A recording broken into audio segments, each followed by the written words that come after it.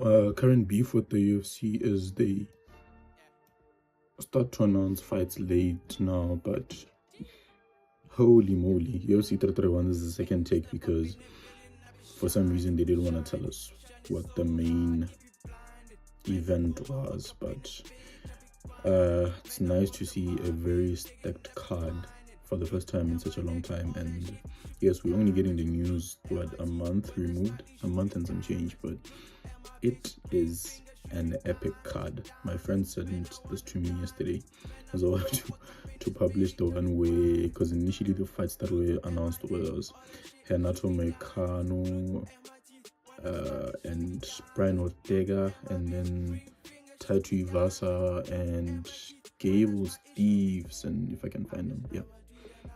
Is it Stevenson or Stevenson? I never know. But anyway, yes, UFC 331 is out, and my goodness, Joshua Van has earned my respect because he fought not so long ago, and now he's running it back with Ventoja in a world where people just want to hold on to the title. And yeah, and then this, if you've seen my past videos, I told you guys Torikian is not going to fight for a title, doesn't want to fight for a title. That is open to interpretation, and the UFC doesn't like it when you cancel bouts. They don't like it when you don't want to be a backup fighter or whatever the case may be. But again, we'll never know the true story of why Arman is still not fighting for a title. But anyway, maybe it's too much of a turnaround for Justin Gaethje. But if I'm Arman, I wait. But also, you haven't fought in such a long time. He takes on the ever game, ever dangerous Mauricio Hufi, who is probably the next big thing in the UFC. And yeah, we've seen him struggle a bit with grapplers.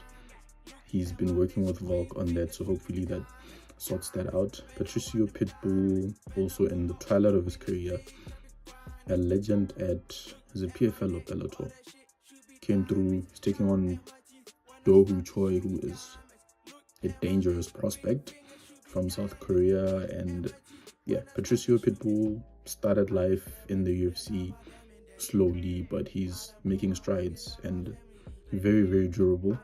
So can't wait to see that one. Renato Moicano taking on Brian Ortega. I know Brian Ortega has been dabbling in the lightweight and the featherweight division. I hope he stays in that lightweight division because the weight cuts at featherweight, yeah, really messed with him. And also, I still feel like he's going to be a bit big for lightweight, but we'll see. It's an interesting fight. Alonzo Manifield taking on Iwo Baraniewski. I've seen a couple of Alonzo Manifield fights. Alonzo Manifield is the or be a fighters. I don't know if they're gonna take this part out, but yeah, he's always in a firefight as of late. Gable Stevenson, the prospect of John Jones, taking on Sean Sharaf. Never seen a Sean Sharaf fight. Seen a couple of Gable Stevenson fights. I think he's 3 or 4-0 now, but he's been looking really good. He's always improving in his fights, so that's going to be interesting. And Marlon Chito Vera is coming back. I think the last time he fought Davidson Figueiredo. I could be wrong, but he took on Martinez and he won. And before that, he lost to Ayman Zahabi. Actually, he's been fighting. He just only fought once this year, and I don't remember seeing that fight. But anyway, Vera takes too long to start, but once he gets going, he's a monster.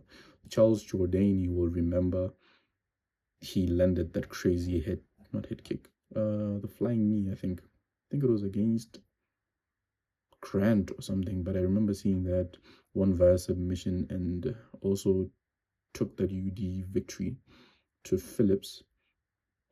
So yeah, Charles Jourdain, one of the more exciting people to look out for. Marlon Vera probably knows that he needs to dust himself up and get back into contention. Taito Ivasa is welcoming back Robelis de España from Cubana. And yeah, that's going to be a firefight. No idea why Ivasa is still in the UFC. Like I said, I'm not here to advocate for people losing their jobs, but a lot of people have been fired for less. But anyway, Edmund Shabazian is in there taking on Bruno Ferreira. Bruno Ferreira is very dangerous. He has crazy knockout power. Edmund Shabazian, saw a couple of his fights, but probably need to see more. But yes, he's on a losing streak currently. Before that, he won 2, but we'll see how that goes. Bruno Ferreira as well. Like I said, power in his hands, not afraid to engage. You will remember the Gregory Rodriguez fight where it, yeah, didn't even last that long, but kill or be killed, pretty much. Aliskerov Ferreira was the last fight that he was in, and he lost via UD, so he knows he needs to get a win so that he can keep climbing. And then Giga Chikadze is the dude that is closing the prelims for us. So yeah, hopefully he handles business there. There was a time where he was a high prospect, but he's been losing a bit. Past 2 fights, losses. Actually, past 3 fights, losses. So yeah, Giga probably needs a win so bad, and if he doesn't, wouldn't be surprised if they cut him. But anyway, yes, those are the fights that I'm seeing right now that have crazy name value as the UFC goes back to LA. Let me know what you guys think of the Tarukian snub and Joshua Van defending for a second time this year. Do you think Pantoja does it, or Joshua Van proves that actually I'm the king of this jungle? But anyway, let me know. Peace and love.